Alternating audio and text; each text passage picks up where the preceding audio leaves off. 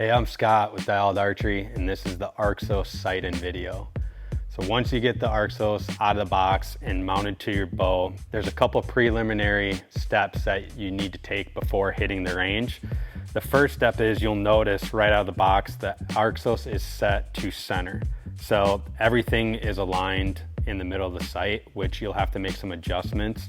So the first adjustment you'll want to make is to rotate your dial all the way to the beginning. That's dead stop. That's where you're going to start your 20. And you'll see that the scope housing is higher on the elevation rail. My suggestion is to lower your mag on the elevation rail to like the bottom third to start off with. And then when you actually start to shoot, you'll start close to get your initial impact and then walk back from there and really fine tune your 20-yard mark by adjusting the mag in the elevation rail.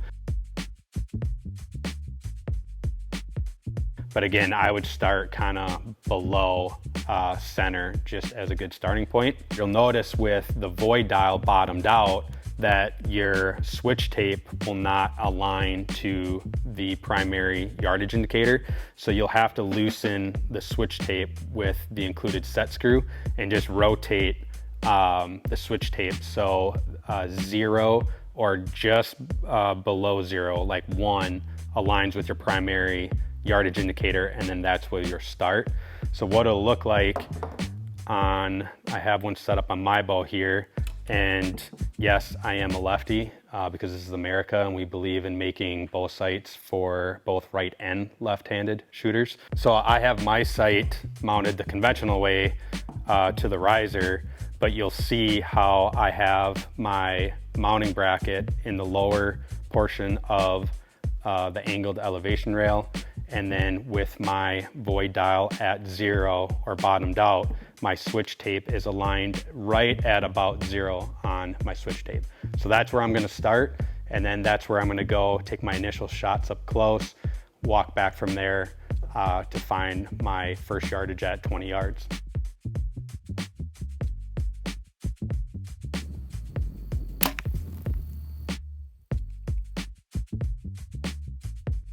All right, so I just got done sighting in my 20-yard mark, which is my first starting point for finding my yardage tape.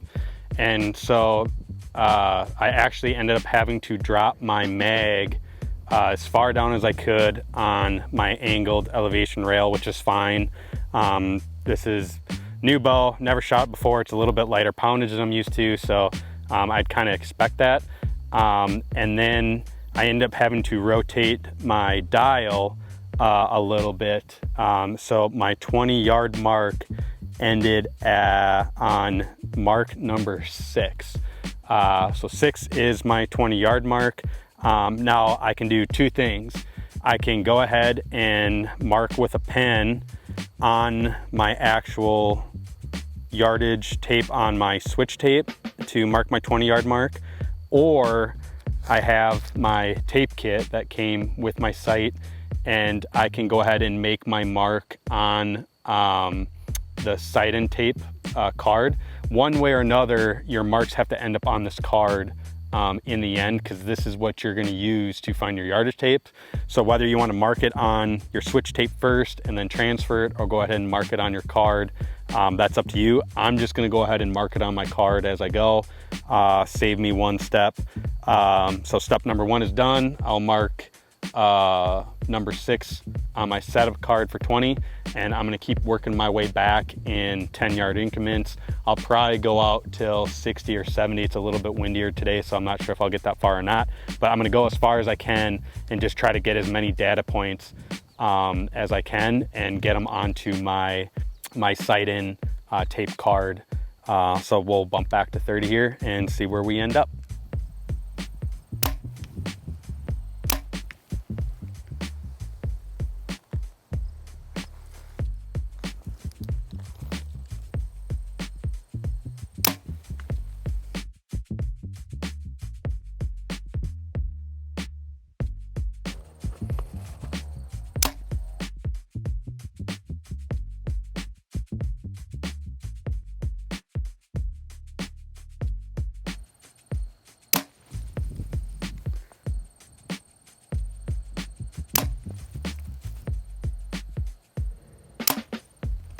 So now we'll go inside, and I'm actually gonna take my setup card that I have all my marks on, and I am gonna start laying this next to the actual numbered pre-printed yardage tapes and see which tape matches my setup the best. Also, just to throw it out there, you know, if you don't have to use one of our yardage tapes.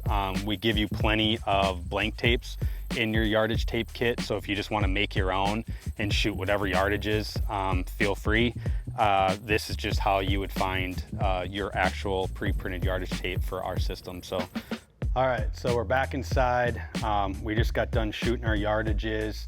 As we said before, we got all of our yardages marked out on our actual tape selector card, and I've just been going through our yardage tape card. So you'll see there's 4 different cards.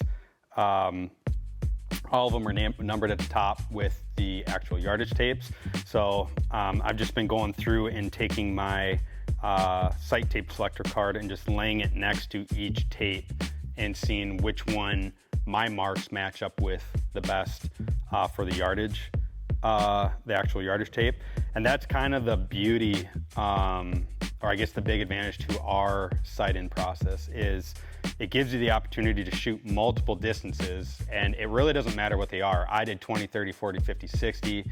I wish I could have gotten out to 70, but you could have done 25, 35, 45, 55. It really doesn't matter, but the more data points, the better. So I got 5 really good ones that I felt really confident in, and after going through and matching it up, I actually could, there's actually 2 tapes that I could use.